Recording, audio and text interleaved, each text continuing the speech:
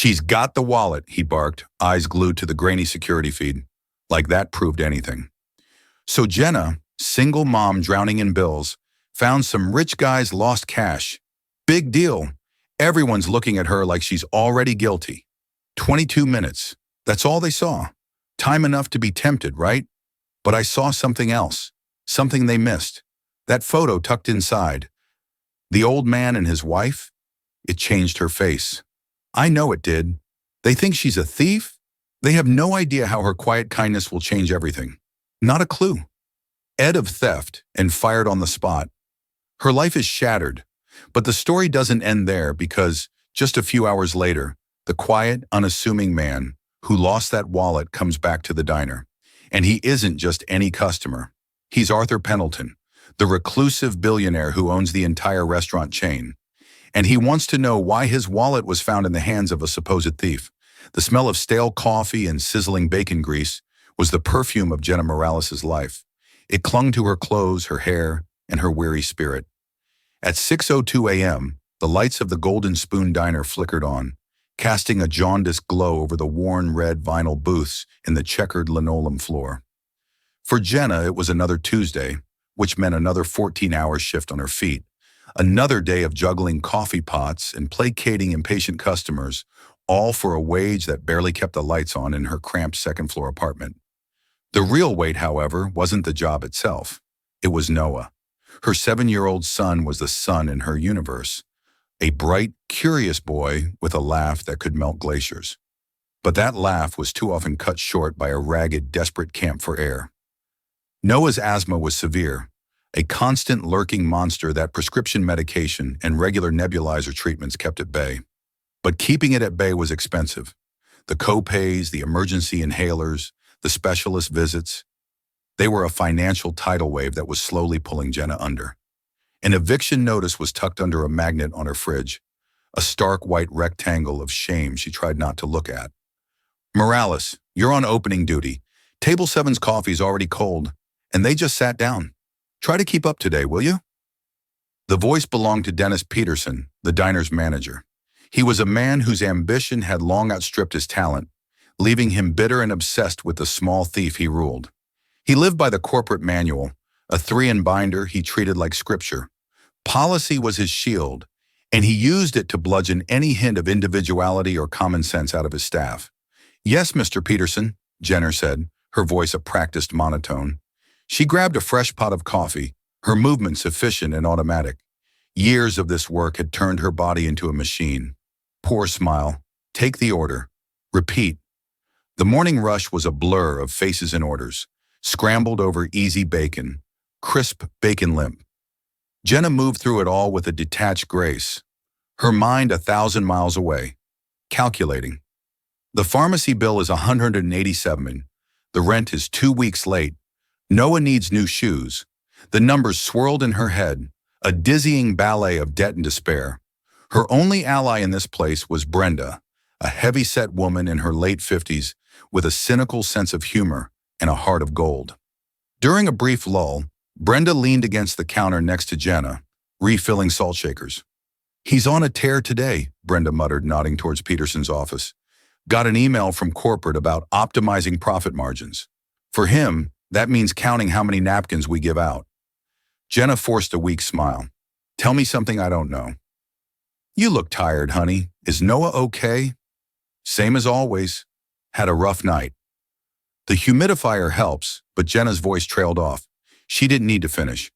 Brenda understood every parent's worst fear is not being able to provide, not being able to protect their child. For Jenna, that fear was a constant physical ache in her chest. It was around 11:30 a.m., just as the lunch crowd began to trickle in, that it happened. A man had been sitting alone in booth 12, a quiet, elderly gentleman in a simple tweed jacket. He hadn't been demanding. He'd ordered a black coffee and a bowl of oatmeal, read a newspaper, and left a generous tip.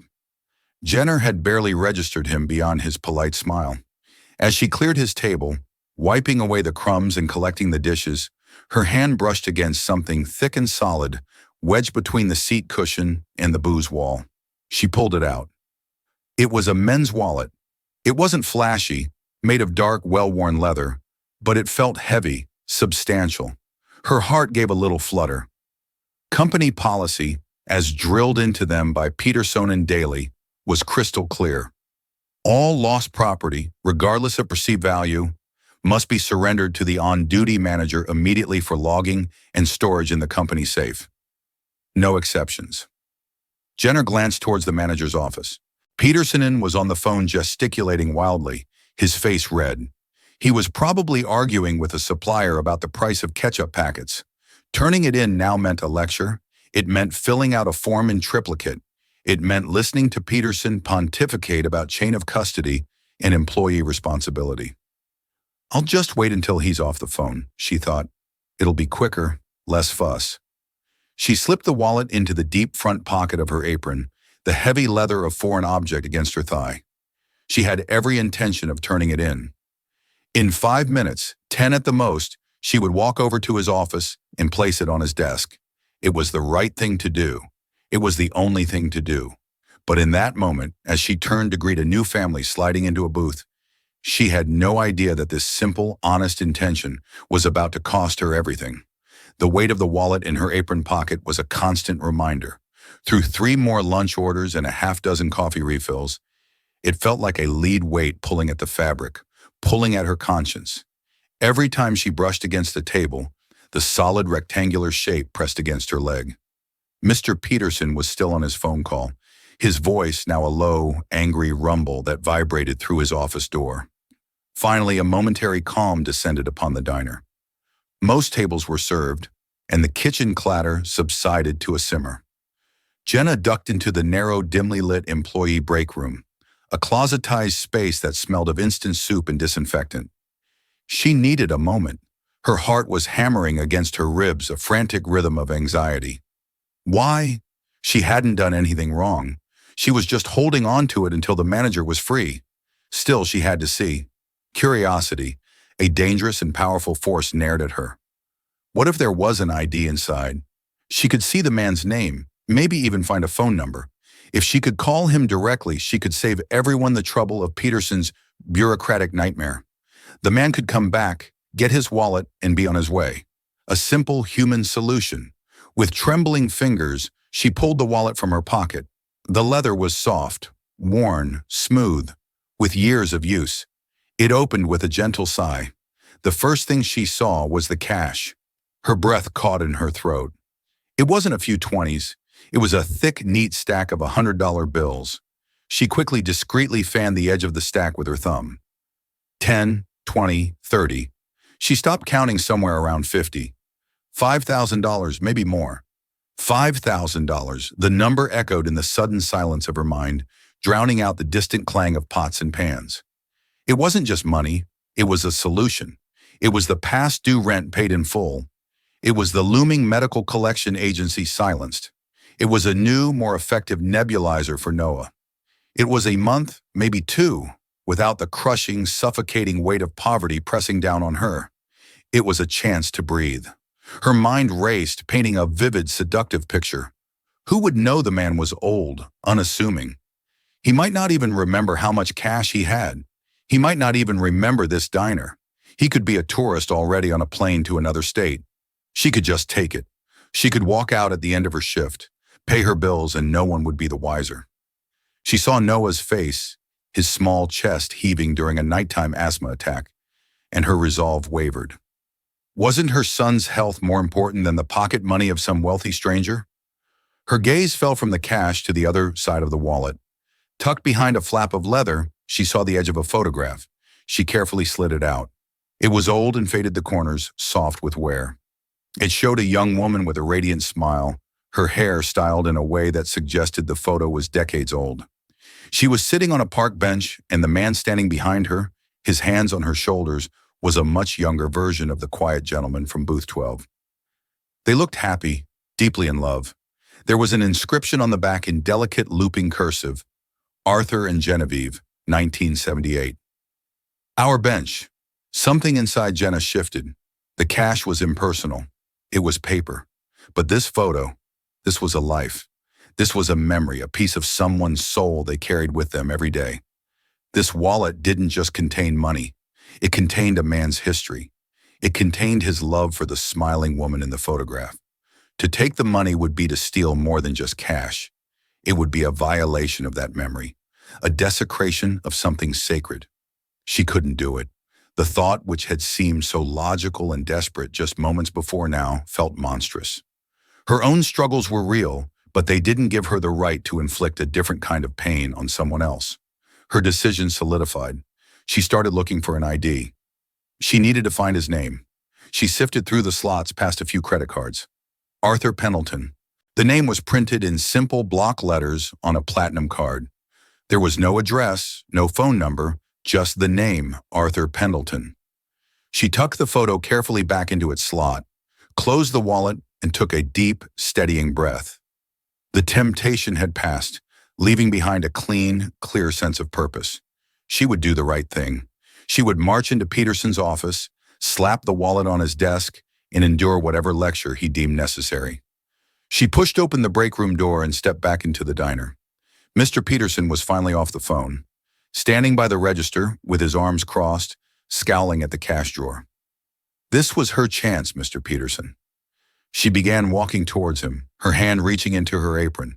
But before she could pull the wallet out, before she could explain, he turned to face her, and his eyes were not just angry, they were cold with triumph. Morales. My office now. The short walk to Mr. Peterson's office felt like a mile on broken glass. Every eye in the diner seemed to be on her. Brenda shot her a worried look from behind the coffee machine.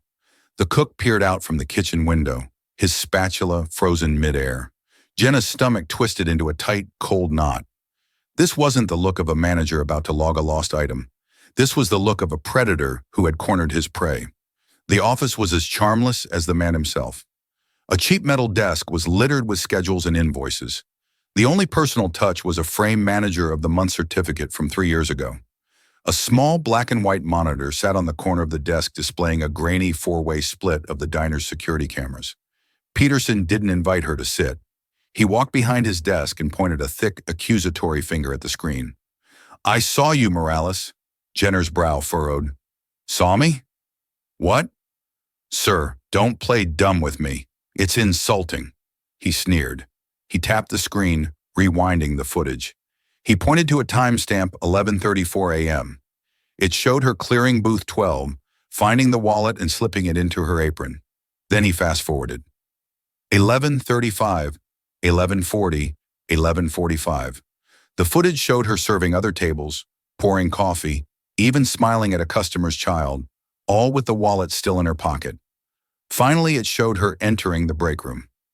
22 minutes, Peterson said, his voice dripping with venom. For 22 minutes, you had that wallet in your possession, you served 3 tables, you refilled 6 drinks, you made no attempt to surrender the item to management as per Section 4, subsection B of the Employee Code of Conduct. Jenner's head was spinning. Mr. Peterson, I was waiting for you to get off the phone. I was going to give it to you as soon as you were free. I just went into the break room to find an ID. She pulled the wallet from her apron and placed it on the desk between them. See, it's right here. Nothing is missing. I was just trying to find the owner's name. Peterson didn't even glance at the wallet. His eyes were fixed on her alight with a cruel glee. You were trying to find an eye, or were you in there counting the cash, deciding if it was worth losing your job over? The accusation hit her like a physical blow. What? No, I would never. Oh, I think you would. He cut her off. I know your type. Always complaining about hours, always needing an advance. I see the desperation. You thought you hit the jackpot. A little bonus for yourself. You slip into the break room, the one place without a direct camera angle to see what your prize is. The only reason you didn't walk out with it is because you knew you wouldn't get past me at the end of your shift. Every word was a twisting knife. He was painting a picture of her as a common thief, a degenerate, and he was doing it with such relish. All her hard work, all the double shifts, the swallowing of her pride day after day, it all meant nothing. In his eyes, her poverty was proof of her guilt. That's not true. Jenna's voice shook with a mixture of fear and fury. I saw a photo inside a picture of the man and his wife. That's why I decided to look for his name. I wanted to return it to him.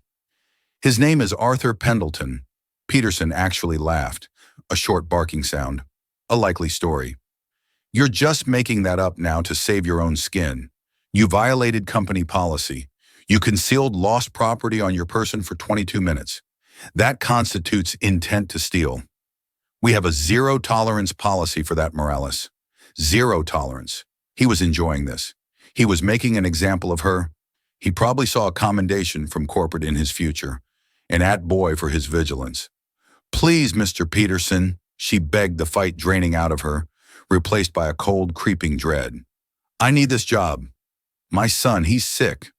That's not my problem, he said, his face hardening into a mask of indifference.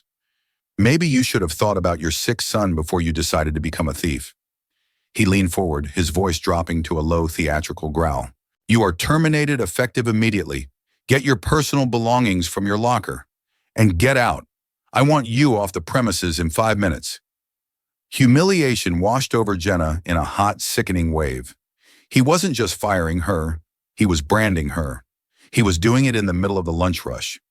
She stumbled out of his office, her vision blurred with unshed tears. Peterson followed her. He stood by the main counter, arms crossed, watching her every move to ensure she didn't try to pocket the silverware on her way out. Brenda rushed over her face, a canvas of concern. Jenner, what happened? He fired me. Jenner whispered, her voice cracking. He said, I tried to steal a wallet I found. A collective gasp went through the nearby staff. Customers at the counter turned to stare. Peterson's voice boomed across the diner. Let this be a lesson to everyone. Starlight Hospitality Group does not tolerate theft. We have procedures for a reason. This is what happens when you think you are above the rules. Jenna felt 100 pairs of eyes on her, burning into her skin. She was no longer a person. She was a spectacle, a cautionary tale. Cheeks flaming, she grabbed her worn-out purse and threadbare jacket from the locker, not even looking at Brenda, unable to bear the pity in her friend's eyes. She pushed through the diner's glass doors and out into the harsh afternoon light, the little bell above the door chiming her pathetic exit. The sounds of the diner faded behind her, replaced by the roar of traffic and the frantic beating of her own heart. She had walked in that morning worried about bills. She was walking out now with no job, no final paycheck, and the stain of a false accusation clinging to her like the smell of bacon grease. She had nothing. And as she began the long, numb walk home, one question screamed in her mind. What am I going to tell Noah? The walk home was a journey through a fog of disbelief. The city bustled around her cars, honking people laughing on their lunch breaks, the scent of street food from a vendor's cart. But Jenna was insulated from it all by a thick blanket of shock. Her feet moved one in front of the other out of sheer habit, carrying her towards the one place she felt safe, a place that was now under imminent threat. Her apartment building was a tired, 3-story brick structure with peeling paint and windows that rattled when the wind blew. The climb up the 2 flights of stairs felt like ascending a mountain. Each step seemed to amplify the words echoing in her head. Terminated, thief, zero tolerance. She unlocked her door and stepped inside. The silence was the first thing that hit her. Usually after school, the small apartment would be filled with the sound of cartoons or Noah humming as he drew at the small kitchen table. But today it was utterly still. A note on the table in the neat, rounded handwriting of her neighbor, Mrs. Gable, explained why Jenna Noah had a bit of a coughing spell after school. Didn't seem too bad, but I thought it best to take him over to my place and get him on his nebulizer. He's calm now and watching a movie. Come get him when you're back. Don't worry, Susan. A fresh wave of nausea and gratitude washed over Jenna. Gratitude for her kind elderly neighbor and nausea at the reality of the situation. Another asthma attack. Another reminder of the fragile thread from which her son's health and her own sanity hung. And now she had lost the single most important tool she had to protect him, her income, and with it her health insurance.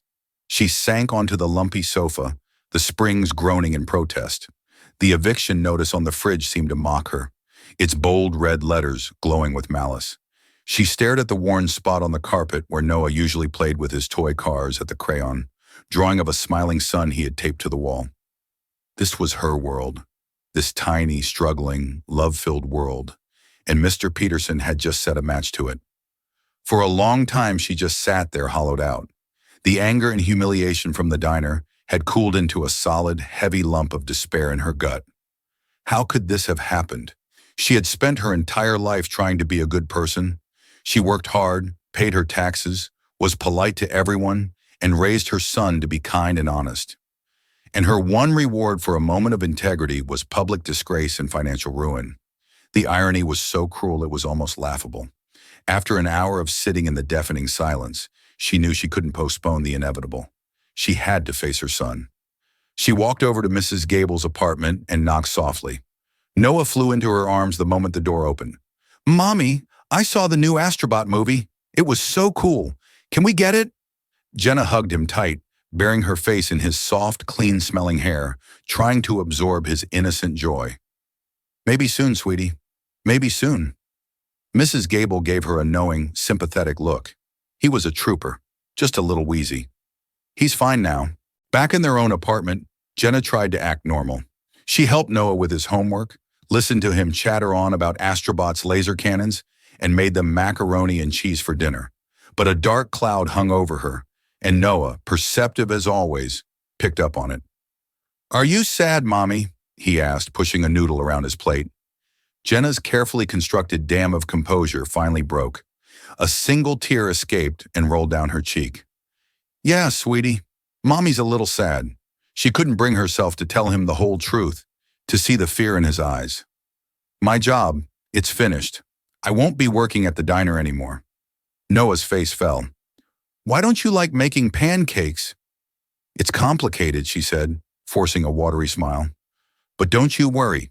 It's a good thing. It means I'll have more time to find a much better job, and I'll get to spend more time with you." It was a lie, and it tasted like ash in her mouth.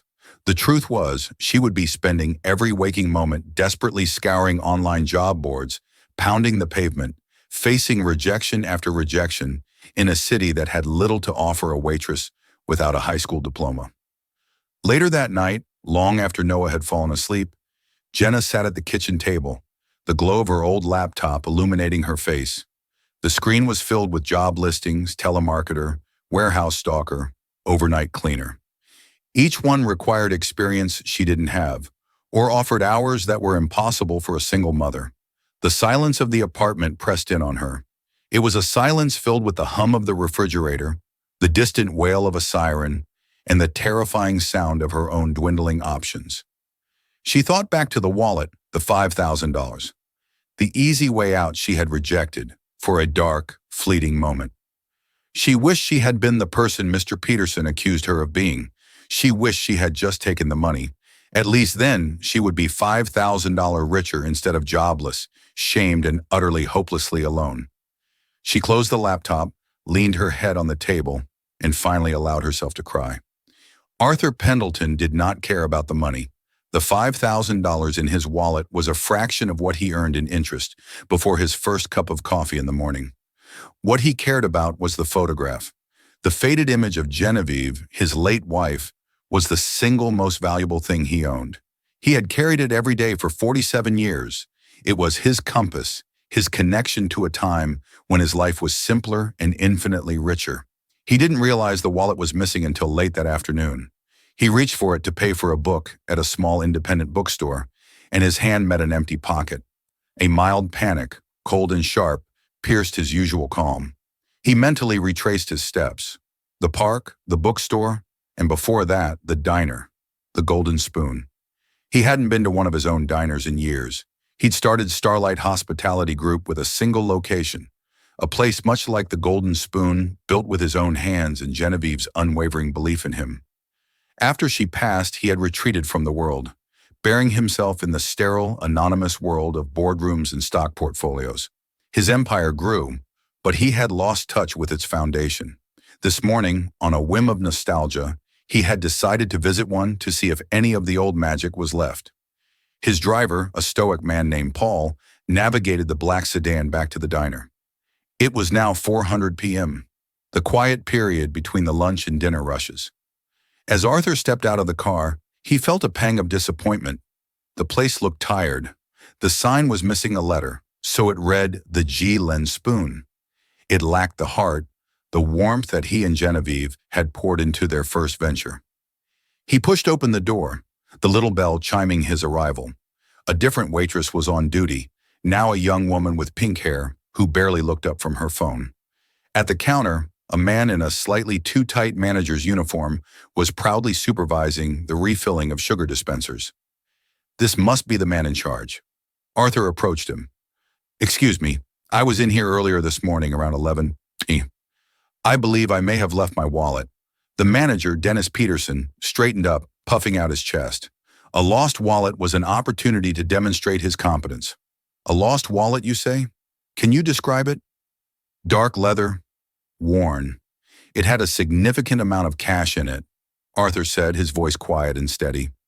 Peterson's eyes lit up with recognition and something else, a smug sense of self-importance. "Ah, yes. The wallet, dark leather, found in booth 12. We have it." A wave of relief washed over Arthur. "Thank God. I don't care about the cash, but there's a photograph in there." "Rest assured, sir. Your property is completely secure," Peterson said, cutting him off. He was practically pining. "You were very lucky. In fact, you were the victim of an attempted theft. But I handled the situation personally." Arthur's eyebrows drew together. "An attempted theft? What are you talking about?" "One of my waitresses," Peterson said, lowering his voice conspiratorially. "A woman named Jenna Morales. She found your wallet, and instead of turning it in, she concealed it on her person, took it into the break room to rifle through it. No doubt I was monitoring the security cameras and caught her red-handed. I confronted her, retrieved your property, and terminated her on the spot. We run a tight ship here at Starlight Hospitality. Zero tolerance for that kind of behavior." Peterson smiled, expecting praise, perhaps even a reward. But Arthur Pendleton was silent. He was a man who had built a global enterprise on his ability to read people. He could dissect a CEO's lies during a multi-billion-dollar negotiation, and he could spot insincerity from a mile away. And something about this manager's story, his eagerness to paint himself as the hero and the waitress as the villain, felt profoundly wrong. "This waitress, Arthur," said slowly, his eyes narrowing. "You're certain she was trying to steal it?" "Absolutely," Peterson confirmed with a confident nod. "Kept it in her apron for over 20 minutes. A clear violation of policy, a clear sign of intent. It's an open and shut case, but don't you worry, your wallet is safe in the company lockbox." "Let me get it for you." He bustled off towards his office. Arthur stood by the counter, a strange disc settling over him. He looked around the diner at the worn vinyl of booth 12, where he had sat just hours before, lost in memories of Genevieve. He imagined a waitress, this Jenna Morales, finding his life's most precious memento. He thought about the kind of desperation that would lead a person to steal, but he also thought about the kind of pride that would lead a manager to ruin someone's life just to score points with corporate. Peterson returned, holding the wallet out like a trophy. "Here you are, sir. Good as new." Arthur took the wallet. He opened it immediately. The cash was there, a thick, untouched brick. But he ignored it. His fingers went straight to the familiar flap of leather. He pulled out the photo of Genevieve. It was there, safe. He stared at her smiling face, and for a moment the world fell away. Then he looked up at Dennis Peterson, whose own smile was beginning to look strained under Arthur's intense, silent scrutiny. "I'd like to see the security footage," Arthur said, his voice soft, but laced with an authority that Peterson had never before encountered. Peterson blinked. "The footage? But why?" "As I said, I handled it. The perpetrator has been dealt with." "I'm sure you did," Arthur replied, his eyes cold as steel. "Show me the footage." Now a nervous sweat began to bead on Dennis Peterson's upper lip. This wasn't how he had envisioned this encounter. He had expected a grateful handshake, maybe a hefty tip from the wallet's owner as a thank you. He had not expected this quiet, intense old man to demand evidence. "Sir, I can assure you it's not necessary," Peterson stammered, wringing his hands. "It's just standard procedure and the employee in question. I am not interested in your assurances." Arthur cut in his voice, dangerously calm. "I am interested in the truth. I want to see exactly what happened. My wallet, your employee, your office, the monitor. Let's go." There was no arguing with the tone in the man's voice. It was not a request. It was a command. Defeated, Peterson led the way to his cramped office. He felt a growing sense of unease. Who was this man to be so insistent, so authoritative? Inside the office, Peterson fumbled with the mouse, his hands shaking slightly as he pulled up the security archives. "Here it is," he said, pointing to the screen. "You'll see. It's exactly as I described." The footage began to play. Arthur Pendleton stood behind him, his presence filling the small room, his eyes locked on the grainy black and white images. They watched in silence as the on-screen version of Jenna Morales cleared booth 12. They saw her discover the wallet, the slight hesitation, and then the moment she slipped it into her apron. "See," Peterson said a little too quickly. "Concealment right there." Arthur said nothing, his gaze unwavering. They watched the next 22 minutes unfold. They saw Jenna serve 3 different tables. At one, she knelt down to speak to a small child who had dropped a crayon, smiling as she handed it back. At another, she patiently explained the daily specials to an elderly couple. She moved with an economy of motion that spoke of exhaustion, but her interactions were gentle, professional. She did not look like a thief casing the joint. She looked like a tired woman doing her job. Then they watched her slip into the break room, disappearing from the camera's view for a minute and a half. "This is when she was counting the cash," Peterson narrated, trying to steer the narrative. "The only blind spot in the diner." Convenient, isn't it? When the on-screen Jenner emerged from the break room, Arthur leaned closer to the monitor.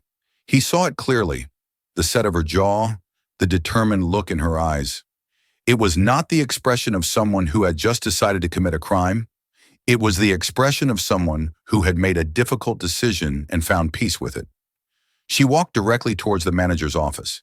The footage showed her opening her mouth to speak, and then it showed Peterson, his face a mask of rage, jabbing his finger towards his office, cutting her off before she could say a word. Finally, they watched the pathetic, humiliating scene of her dismissal. Peterson, standing self-righteously in the middle of the diner, shouting about zero tolerance, while Jenna, her face a blur of shame, scurried out the door. The footage ended. The office was tense save for the low hum of the computer.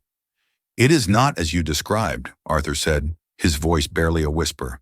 Yet it carried the force of a thunderclap in the small room. "Sir, with all due respect, the facts are clear," Peterson began, but his voice faltered under Arthur's gaze. "The facts are that your employee found a lost item," Arthur said, turning to face him fully. "The facts are that you were unavailable, engaged in a lengthy phone call. The facts are that she took less than 2 minutes in private, not to count the money, I suspect, but to examine its contents for identification without an audience. I know this because the first thing a thief would take from that wallet is the photograph of my late wife to make it untraceable. But the photo was the first thing I checked, and it was perfectly in place. The facts are that she then attempted to approach you, and you, in your disgusting display of managerial power, did not give her the chance to speak before you accused, convicted, and sentenced her in front of your entire staff and customer base." Peterson's face had gone pale. "I was just following policy." "You were not following policy." Arthur's voice was now a low, menacing growl. "You were indulging your own ego. You saw an opportunity to look like a hero, and you didn't care who you had to crush to do it. You saw a struggling woman, and instead of giving her the benefit of the doubt, you saw her as a convenient villain for your little story. You didn't protect my property. You assaulted the character of an honest person." Peterson began to stammer a string of incoherent excuses about profit margins and corporate directives. Arthur held up a hand, silencing him. "I started this company, Mr. Peterson, with my wife. We had one diner. We knew every employee by name. We believed that the foundation of hospitality wasn't profit margins. It was human decency, a principle you seem to have forgotten." The color drained completely from Peterson's face. He looked as if he had seen a ghost. You started your... "My name is Arthur Pendleton," he said quietly, "and as of this moment, you no longer work for Starlight Hospitality Group. Your termination is effective immediately. Get your personal belongings and get out of my building." He used Peter Sonen's own words against him, twisting the knife of humiliation that the manager had so callously wielded against Jenner just a few hours earlier. Peterson stood frozen, his mouth agape, the world he had so carefully constructed crumbling around him. Arthur turned his back on the disgraced manager. He picked up the phone on the desk and buzzed the front counter. The pink-haired waitress answered. "This is Arthur Pendleton," he said. "I need you to access the employee files. I need the home address for Jenna Morales." Jenna Morales was sitting at her small, wobbly kitchen table, engaged in the quiet ritual of despair. She was sorting bills into two piles, hopelessly late and imminently catastrophic. The eviction notice sat in the center, a paper tombstone for the life she had tried to build. Each rustle of paper was an echo of her failure. The apartment was silent, except for the hum of the old refrigerator and the soft, rhythmic breathing of Noah sleeping in the next room. It was that sound, the sound of her son's peaceful breath, that kept the last embers of her hope from being extinguished completely. Then came the knock. It wasn't the timid, papery tap of her elderly neighbor, Mrs. Gable. It wasn't the aggressive, impatient banging of the landlord. This was a firm, measured three-part knock. Thump, thump, thump. A sound with weight and purpose. It was the sound of authority, and it sent a jolt of pure, ice-cold terror through her veins. Her first thought was the sheriff. They were here to serve the final eviction papers to put her and Noah out on the street. Her mind, already a maelstrom of anxiety, spun into a nightmarish fantasy. She saw them taping the notice to her door, saw the pity and judgment in her neighbor's eyes. What would she do? Where would they go? Would they end up in a shelter? Would someone from social services decide she was an unfit mother and try to take Noah? Her heart hammered against her ribs as she crept toward the door, her socked feet making no sound on the worn linoleum. Her hands trembled as she reached for the peephole, a tiny fisheye lens into a world that had suddenly become hostile. What she saw made her breath catch in her throat. Standing in the dim, flickering, fluorescent light of her building's hallway was the elderly gentleman from Booth 12, the man from the diner, the owner of the wallet that had become the catalyst for her life's complete and utter implosion. The terror shifted, becoming sharper, more specific. Peterson must have followed through.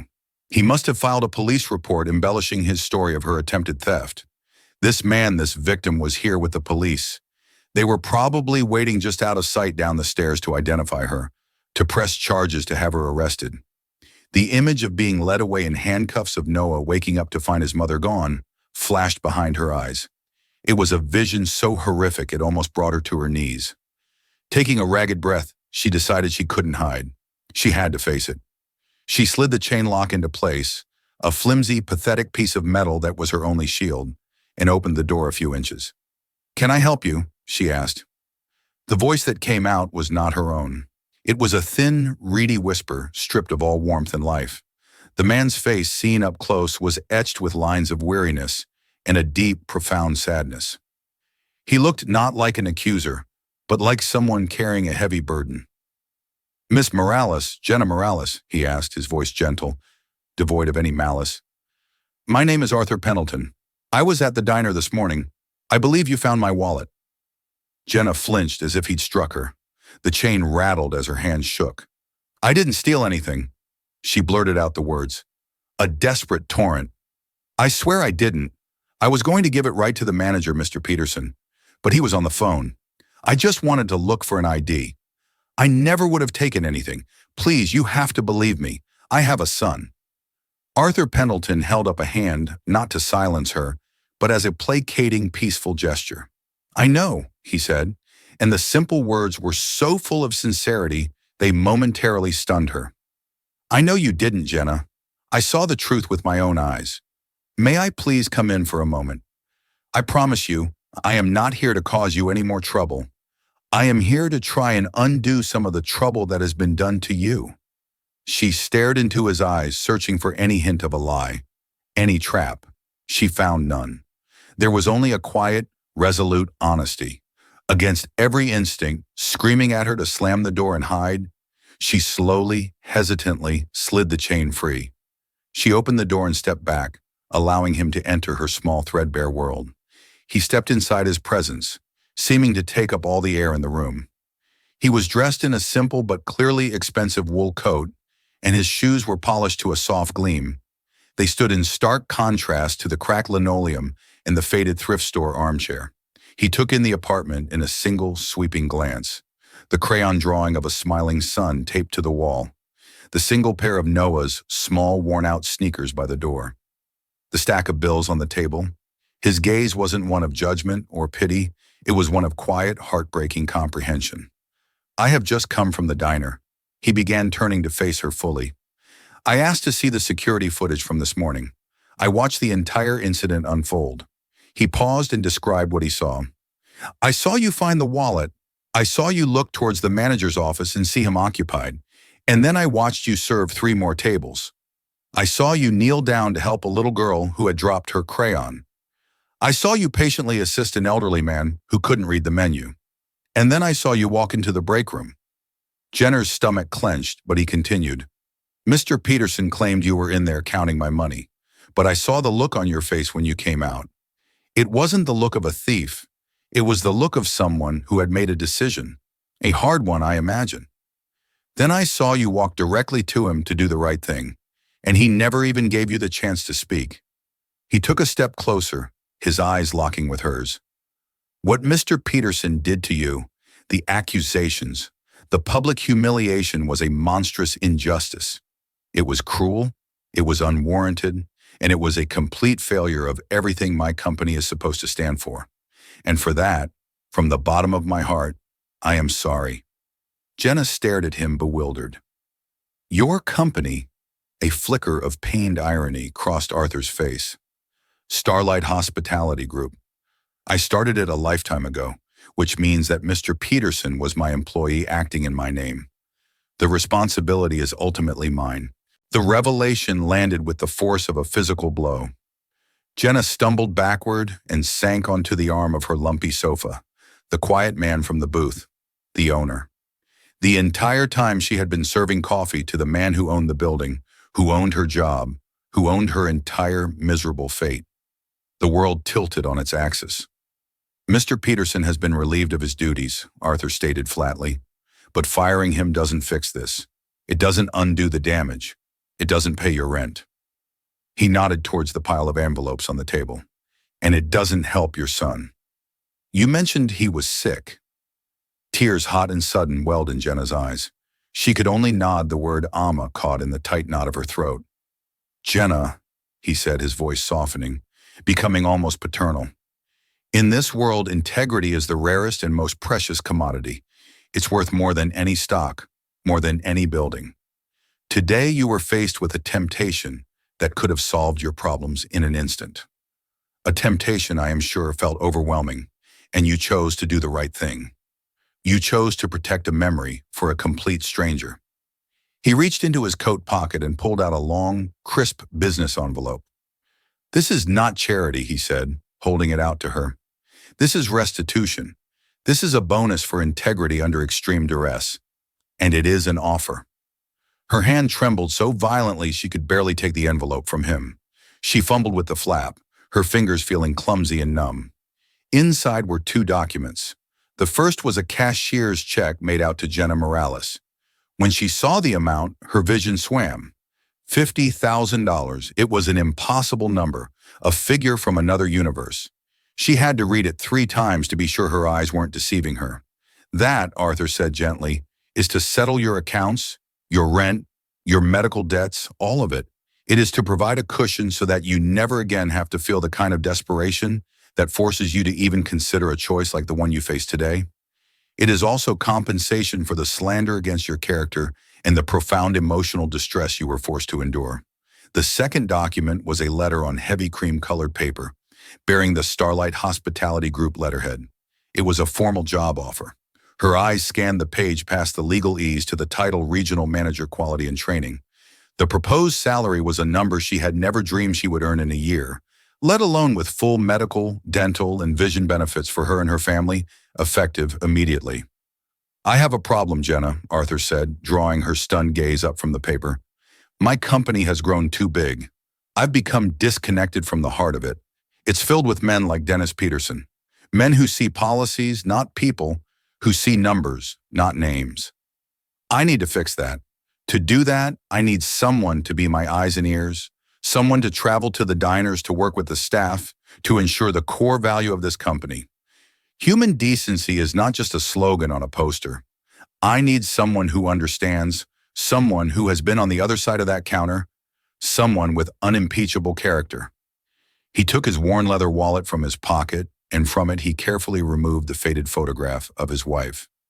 He held it with a tenderness that was heartbreaking to witness.